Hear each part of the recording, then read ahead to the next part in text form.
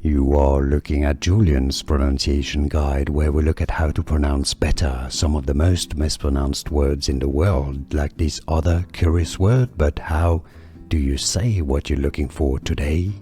Let's learn once and for all how to pronounce this word. I know many get confused by it, but it's actually pretty straightforward once you know. So let's go through the pronunciation in English. British English and American pronunciations are similar. Sales. Yes, it's a Z sound at the end. You could essentially spell it this way. Do you know this word?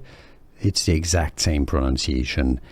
Say, so you have a diphthong here, two different sounds. A, sail, and then an L, and then a Z or a Z sound, a Z, not an S, so it's not sales.